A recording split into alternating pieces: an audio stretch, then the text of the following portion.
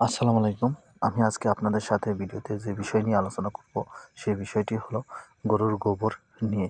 দেখেন, আমরা গরুর গোবর বিভিন্নভাবে ব্যবহার করতে পারি।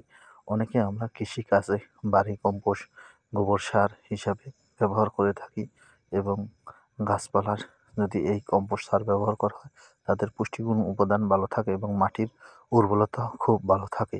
আর রাসায়নিক সার ব্যবহার করলে মাটির উর্বরতা আস্তে আস্তে কমে যায়। এছাড়াও আমরা এই গরুর গোবর দিয়ে বায়োগ্যাস তৈরি করে থাকি। এই বায়োগ্যাস থেকে আমরা মাছের খাবার হিসেবে গোবর ব্যবহার করি এবং গ্যাস পাই। এই গ্যাস দিয়ে রান্না করতে পারি। কিন্তু বায়োগ্যাস তৈরি করতে অনেক টাকা খরচ হয়। এছাড়াও অন্য পদ্ধতিতেও আপনি এই গোবরকে রান্না কাজে ব্যবহার করতে পারবেন। সে পদ্ধতিটা হলো গোবর শুকিয়ে। কিন্তু বর্তমানে মানুষ গোবর বিভিন্ন পদ্ধতিতে শুকিয়ে ব্যবহার করে। কেউ লাঠির সাথে মেখে গোবর শুকিয়ে শুকিয়ে লাকড়ি তৈরি করে। আবার কেউ কেউ গোগলাবেতির সাথে লাগিয়ে ব্যবহার করে। আবার কেউ এরকম গোল গোল করে ব্যবহার করে। কেউ আবার গাছের সাথে শুকিয়েও ব্যবহার করে। বিভিন্ন পদ্ধতিতে ব্যবহার করা যায়। তবে এই পদ্ধতিতে ব্যবহার করলে এর সাথে হালকা জ্বালানি ব্যবহার করতে হয়।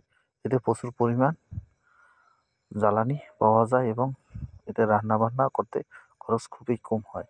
তাই আপনারা আপনার খামারের গরুর গোবর দিয়ে এইসব পদ্ধতিতে ব্যবহার করলে যেমন দেশেরও অর্থনৈতিক উন্নয়ন হবে এবং আপনারও গোবর দিয়ে অনেক উপকার হবে এবং সাশ্রয়ী হবে গরুর খাবার জাল দেওয়ার কারণে, পানি গরম দেওয়ার কারণে এবং রান্নাবান্নার কাজে। পরবর্তীতে এটি শুকিয়ে এবং পচিয়ে শুকিয়ে যদি সার হিসাবে ব্যবহার করতে পারবেন এবং রান্না কাজেও ব্যবহার করতে পারবেন। এভাবে যদি আপনি ব্যবহার করে থাকেন, তাহলে আপনার অনেক উপকার হবেন এবং দেশে অনেক আবর্জনা, ময়লা দূর হয়ে যাবে এবং যেখানে এই গরুর গোবর ফেলান সেখানে কতাঝার হয় এবং দুর্গন্ধ হয়। অনেক সময় পরিবেশের অনেক ক্ষতি হয়। এ থেকে রক্ষা পাবে। গরুর খাবারের যত ভালো খাওয়াবেন, এর গোবরও তত ভালো হবে।